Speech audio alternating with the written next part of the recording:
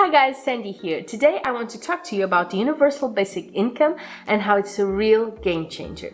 If it happens, of course.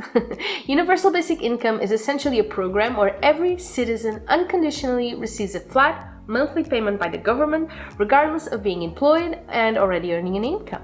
The idea here is providing people with enough money for basic living costs, allowing them more financial freedom and a better quality of life. For people who are employed, it means being able to use their wages for savings or anything other than the basic necessities. For the unemployed, it allows them to pay for those basic necessities and keep them away from poverty, illness, and homelessness. In short, it would provide a basic standard of living for those who can't provide for themselves. Some also support the universal basic income as a way to compensate for the loss of jobs caused by technology. In fact, Elon Musk and Richard Branson have stated that it is the only solution because automation has fundamentally change the structure of the economies and robotics will soon take away most of people's jobs. Now, I will say before I go on that there is a lot to be said about these programs. There are loads of them, each with their own sets of characteristics, so I will just try my best to keep it short and simple for you guys, okay? Also, I know this is quite a controversial subject, so if you want to join in and just leave me a comment below with your opinion, I would love to start a conversation about this. Now, some believe that the universal part of it just doesn't make sense. Instead, there should be a program for all of those who fall below the poverty line in order to balance the scales, if you will. The major difference between this and a welfare program or unemployment payments is that there will be no strings attached to this money. Now, another major issue people tend to disagree on is how these programs would be funded. Some say the rich should pay more tax. Other think it's the corporations who should pay more tax. There are also those, maybe the majority, who believe it should all come down to a negative income tax scheme, where the poor will receive a tax credit if their income falls below an established minimum level. But again, this wouldn't be universal, would it? To say there is a lot to be discussed and decided before we can even start imagining a universal basic income is an understatement. What I can tell you is I can think of a lot of times in my life where things would have been much different if I had had this kind of support to fall back on. And I'm guessing you can too. And I've always lived a comfortable life, never experienced poverty or homelessness or hunger, so I can only imagine what this would mean for people who are living with all of that. Now, I should also add that this isn't a new woke leftist idea, okay? Martin Luther King believed it would abolish poverty, but long before that, Thomas Paine, one of the intellectual architects of the American Revolution, argued that every person, rich or poor, should receive the payments to prevent invidious distinctions. Even Napoleon Bonaparte was sympathetic to the idea, even though he never went through with it. Nixon, too, wanted it to become federal law under a different name: citizens' dividend, social credit, national dividend, demo grant, negative income tax, MinCone, guaranteed minimum income, basic federal minimum, whatever you called it, they are all based on the same premise: a monthly payment made to citizens to try and balance things out. Fast forward to now, and this concept has become more popular than ever. In fact, according to a 2022 survey by Data for Progress, a majority of US voters support implementing a guaranteed income, particularly after the hardships brought on by the pandemic. So this support is kind of a new development. They believe it would help them be better prepared for emergencies and that it would help fight inequality.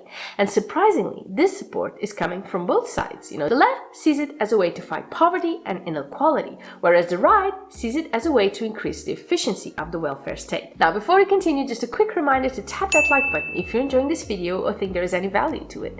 That way, YouTube will show it to others as well, and that would go a long way with supporting my channel. I would really appreciate it. Okay, for the pros of the universal basic income. Some are kind of obvious, but still worth mentioning. The first pro would be that people would be able to wait for better jobs or better wages. If you're struggling, buried in debt, have a family to support, and no money in your pocket, you will be forced to accept whatever job comes your way, regardless of how badly they pay or how awfully they treat you.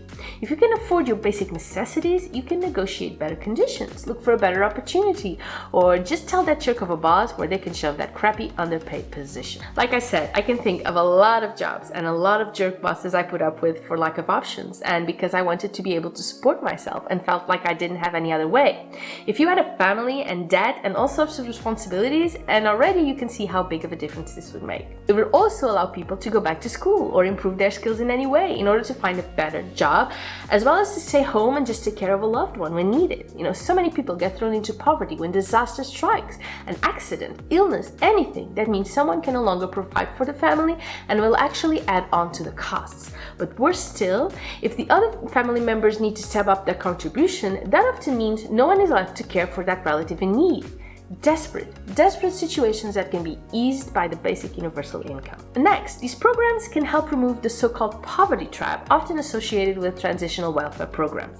Because here's the thing, UBI programs are unconditional, meaning the money is yours regardless of the situation, whereas welfare programs almost force people to remain poor because even the slightest improvement in the situation can mean losing access to things like food stamps, free medication, or housing vouchers, even if what they make still isn't enough for the basic necessities. And that's why the unconditional part is so important, because it allows people to grow and improve their situations without fear of the consequences. The universal basic income is also a more straightforward financial assistance program. It minimizes bureaucracy.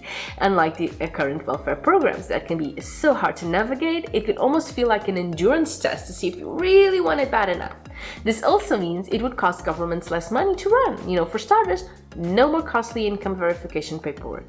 Win-win. It also means more money for young families at a time when so many countries worry about low birth rates. Having that unconditional payment each month would mean a solid basis on which to build a family, knowing the basic expenses would always be assured. Populations are aging more than ever, and it's easy to understand why. Things have been getting harder and harder for the younger generations. The ones who have a higher education start their professional life in student debt. The ones who didn't go to college struggle to find a job. Both of these are living in wage poverty. How can people think about bringing more children to this world if they can't even support themselves? More importantly, this would bring a much-needed economic stability in times of recession. We've had a Great Recession of 2008 and have just navigated through a worldwide pandemic that shook our society and our economy to the core. And at times like these, people are often forced to go through their savings to make ends meet, and the ones that don't have savings really struggle. In a survey by the Census Bureau, researchers found that sharp declines in food shortages, financial instability, and anxiety coincided with the two most recent rounds of stimulus checks distributed by the US government. The clear success of this measure, as well as the difficulties so many people had during this pandemic, may very well be the reason why the universal income is on the spotlight now more than ever before. But of course, there are also some cons to keep in mind when considering these kinds of programs, like the fact that it may very well trigger inflation. As people would have more spending money, they would probably drive up the demand, which would then raise prices. These higher prices would mean that the money received with the universal basic income wouldn't be enough for the basic necessities of the people who need it the most, meaning it wouldn't help their standard of living, at least not in the long run, which means this program may very well bring more poverty and struggle to people instead of the help they need. Then there is, of course, the cost of such a program. A guaranteed income that's enough to eliminate poverty in a country such as the US, for example, would be just way too expensive. And less than that would probably not fulfill the purpose it was created for, right? I'm guessing we would need all three options I mentioned above and then some. Now, another major objection most people have about the universal basic income is that it would motivate people to remain unemployed, meaning that if they received enough money for the basic expenses without working, there wouldn't be an incentive to look for a job, or that people may even quit their jobs and live off that guaranteed income instead. What I will say is that all the places where this program has been tested do not show an increase in unemployment or any kind of sign that this is the case. A recent study carried out in Alaska showed that not only did employment not decrease, but the number of people in part-time work actually increased by a significant 17%. Now, there are a lot of positives in this. Part-time jobs means more people employed, and it also means a better work-life balance for workers everywhere. And the sooner people realize that, the better. So, with all said and done, what is your opinion? Do you see the clear advantages to a guaranteed income for all that would assure the basic living necessities? Or do you think the cons outweigh the pros? Don't forget to leave me your opinion by leaving me a comment below, okay? And before you go, watch this video about the 4-day work week and how the companies that have implemented it have been getting surprising results. The idea here, for all of those who fall below the poverty line, the left sees it as a way to fight poverty.